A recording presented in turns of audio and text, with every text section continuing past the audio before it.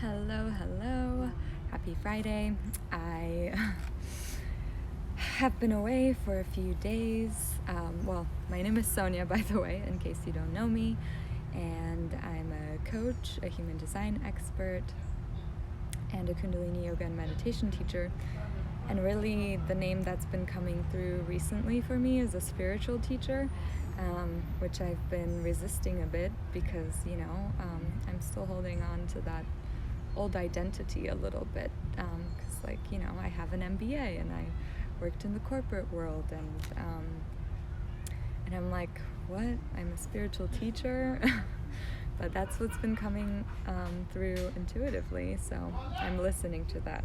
And that's what I'm calling myself. So, and there's this misconception in the world that you have to just be one thing. You have to pick one thing and be it, because otherwise other people might be confused or they won't get you.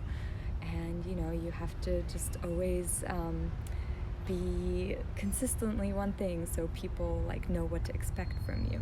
But that's the old world way of thinking. Hi Roxana, thank you for joining.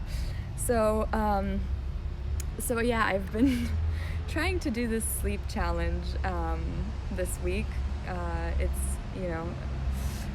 It's a week-long challenge in one of my groups, and you're supposed to be in bed by 9, and some days I've succeeded at being in bed by 9, but then I lay there and I don't sleep till late. So it's been a challenge for me. But anyway, sometimes I get a lot of inspiration, at night. So maybe I just need to accept that it's really hard for me to fall asleep at 9, or maybe my body's still transitioning. Whatever it is, I'm letting that be okay.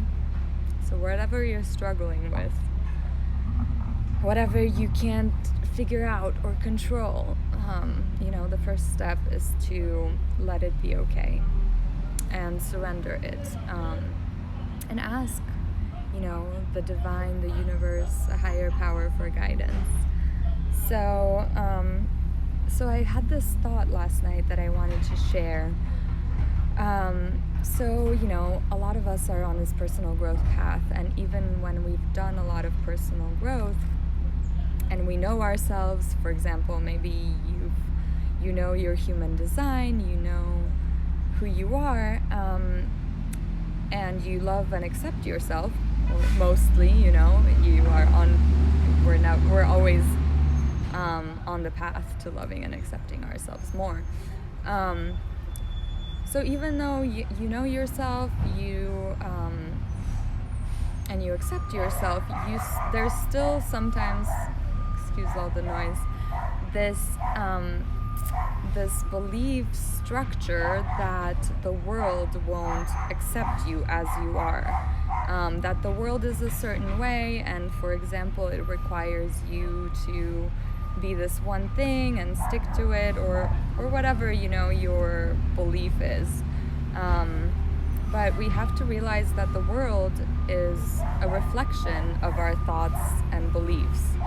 And as Abraham Hicks says it, a belief is just the thought that you keep thinking, and it's just a really ingrained way of thinking.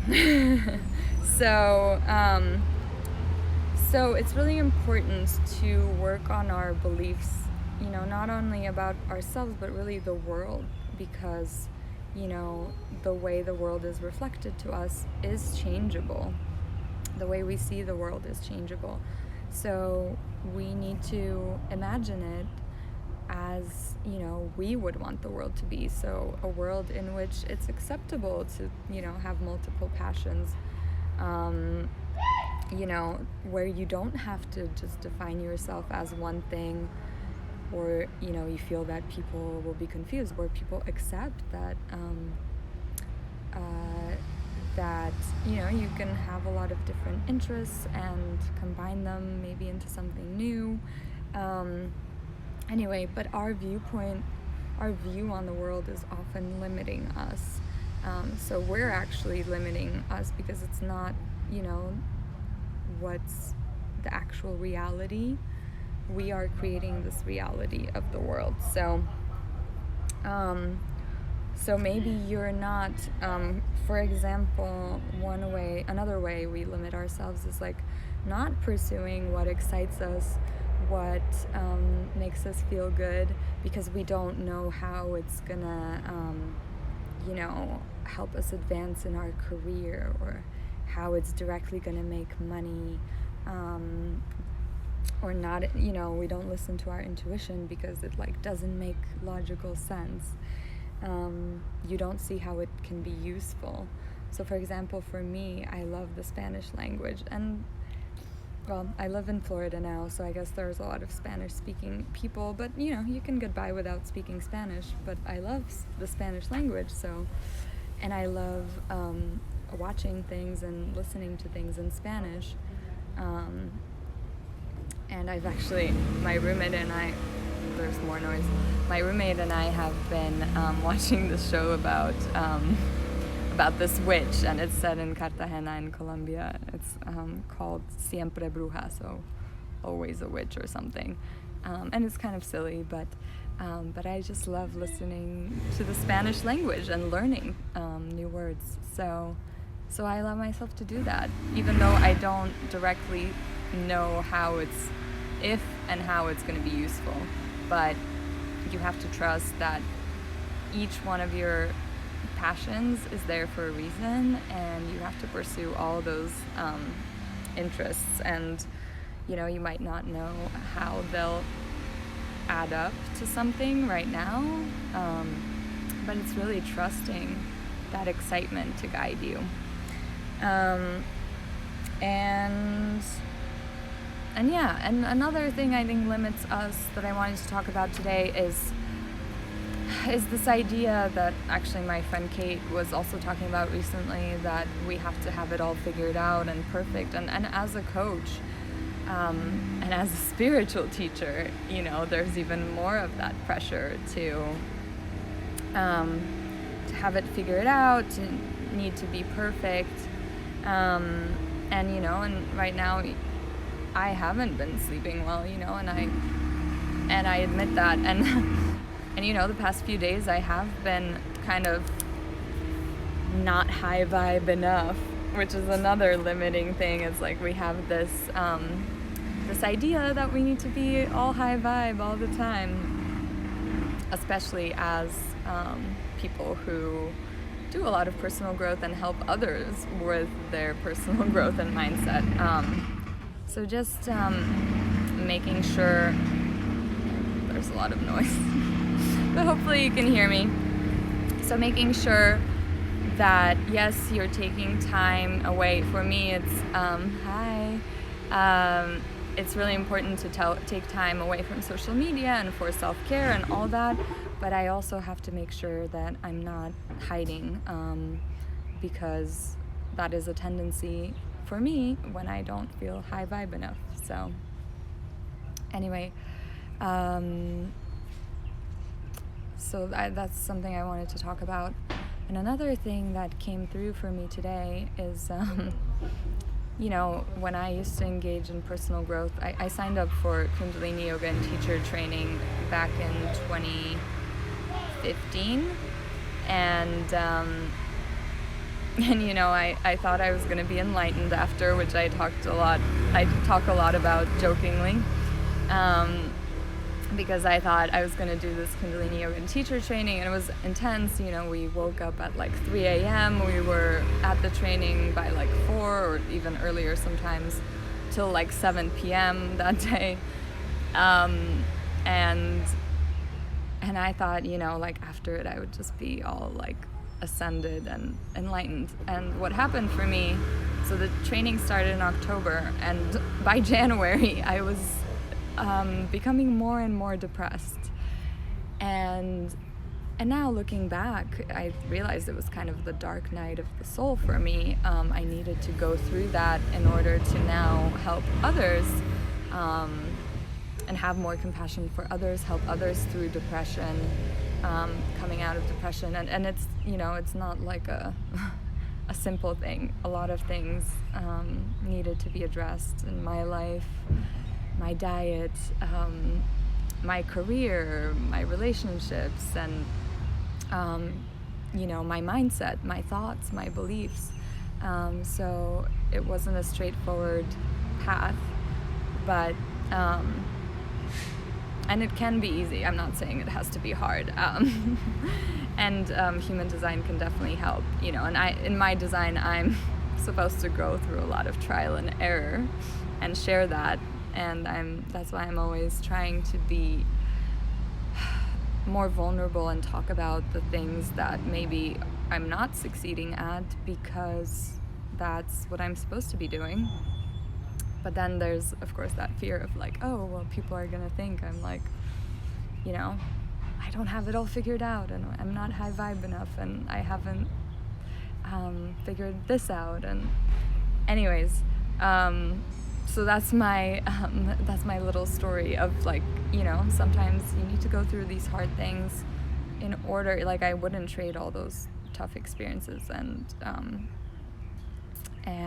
that period of depression, because it led me to make changes in all the things, like my diet, mindset, relationships, job. Well, some of them happened, the universe made changes for me, like with my job, but I knew it was time to leave, but I was too scared.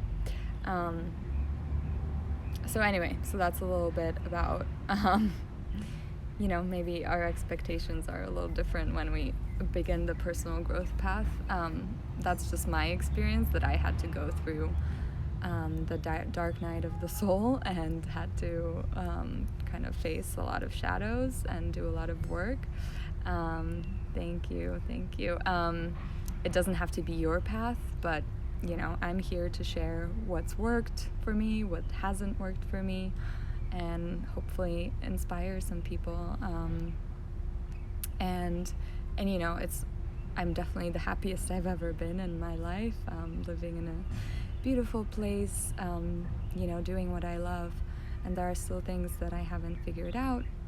And there are still times when I do feel anxious. And, the past few days I have been feeling anxious. And it's the constant reminder that we're still human, and we don't have to have it all figured out in order to help others, in order to be successful, to inspire people and be a light in this world. So I'll leave you with that. Let me know. Trial and error is not a bad thing. And some people, that's how they learn, and that's okay. And it's been a hard thing to accept for me, because it feels like I fail a lot. But it's because, we don't really, we weren't taught to like value failure and mistakes and all that. We were taught that, we should just like have it all figured out and be perfect at it. So trial and error is okay, and different people have different ways of learning. Some can learn from books, some are more naturally gifted, and we are all perfectly designed. And it's really, that was a huge part of my journey, accepting the way I am and not judging it. So I guess I'll end there. Thank you so much for watching. If you have any questions, it was quite a noisy live, but hopefully you could hear me. If you have any questions about anything, human design, personal growth related, please put it in the comments. If you're interested in learning your human design, personal growth coaching, mindset coaching, let me know. I would love to talk to you. And I'm preparing something special, a training that's coming out soon, so I'll be posting about that. Free training coming up. I love you all, and have a beautiful day.